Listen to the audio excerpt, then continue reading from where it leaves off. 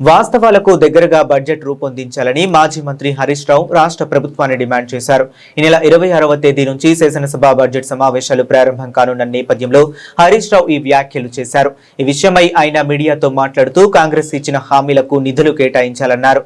100 రోజుల్లో 6 గ్యారంటీలు అమలు చేస్తామని సోనియా, రాహుల్ రాసిచ్చిన బాండ్ పేపర్లు ఏమయ్యాయో, 800 రోజులైనా ఒక్క హామీకి దిక్కులేదని విమర్శించారు. కనీసం ఈ బడ్జెట్ నైనా వాస్తవాల ఆధారంగా వాస్తవికతకు దగ్గరగా రూపొందించారు. 4000 పెన్షన్, మహిళలకు నెలకు 2500 ఇచ్చే హామీలను అమలు చేసేలా ఈ బడ్జెట్ లో నిధులు పొందుపరచాలని బీఆర్ఎస్ పార్టీ పక్షాన డిమాండ్ చేస్తున్నామని అన్నారు.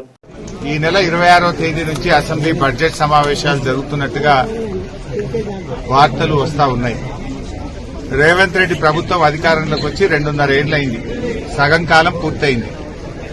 ఆనాడేమో బాండ్ పేపర్ల మీద రాసిచ్చారు. రాహుల్ గాంధీ, ప్రియాంక గాంధీ, రేవంత్ రెడ్డి, సోనియా గాంధీ అందరూ కూడా 100 రోజుల్లో 6 గ్యారెంటీలు అమలు చేస్తామని హామీలు ఇచ్చారు. 100 రోజులు కాదు, 800 రోజులు పూర్తయినా ఇప్పటికీ 6 గ్యారెంటీలు అమలవుతున్నటువంటి దాఖలాలు లేవు. ముఖ్యంగా ఆనాడు ఎస్సీ డిక్లరేషన్, ఎస్సీలకు 18% రిజర్వేషన్ ఇస్తామని, ఎస్సీ సప్లాన్ ను అమలు చేస్తామని, చదువుకున్న పిల్లలకు 10th పాస్ అయితే 10,000, ఇంటర్ పాస్ అయితే 25,000, డిగ్రీ పాస్ అయితే 50,000, పీజీ చదివితే ₹1,00,000 ఇస్తామన్నారు. ఈ రోజు వరకు ఒక్క పిల్లవాడికి కూడా ₹1 ఇచ్చిన పాపాన పోలేదు. కేసీఆర్ గారు ఇస్తున్న ఫీజు రియంబర్స్మెంట్ డబ్బులు కూడా ఈ రోజు ఎస్సీలకు వస్తున్న పరిస్థితి లేదు. బీసీ సప్లాన్ అని సిద్దిరామయ్యను తోలుకొచ్చారు.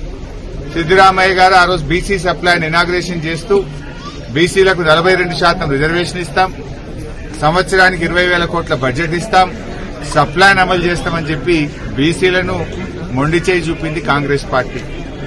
రైతుల కోసం రైతు డిక్లరేషన్ అని రాహుల్ గాంధీ వరంగల్కి వచ్చి రాహుల్ గాంధీ గారు ఏడాదికి 15,000 రైతు బంధు ఇస్తామని, పంటల బీమా ఇస్తామని, అన్ని పంటలకు బోనస్ ఇస్తామని మాయ మాటలు చెప్పిండ్రు. ఇవాళ రైతుల్ని మోసం చేసిండ్రు. రైతులకు మోసం, బీసీలకు మోసం, ఎస్సీలకు మోసం, ఎస్టీలకు మోసం, యువతకు మోసం, అన్ని వర్గాలను మోసం చేసిండ్రు. ముఖ్యంగా నేను రాష్ట్ర ఉప ముఖ్యమంత్రి బట్టి విక్రమార్క గారిని డిమాండ్ చేస్తా ఉన్నా, ఎల్లుండి పెట్టే బడ్జెట్ సమావేశాల్లో ఈసారైనా ₹4,000 పెన్షన్ ప్రవేశపెట్టాలని డిమాండ్ చేస్తా ఉన్నా. ఆనాడు అవ్వాతాతలకు 200 ఉన్న పెన్షన్ కేసీఆర్ గారు 2,000 చేస్తా అంటే చేసి ఇచ్చిండ్రు. కానీ మీరు డిసెంబర్లోనే గెలిచిన మరుసటి నెలలోనే ₹4,000 ఇస్తామని హామీ ఇచ్చారు. ఇప్పటికీ 27-28 నెలలు పూర్తయితున్నా 4,000 పెన్షన్ రాలేదు.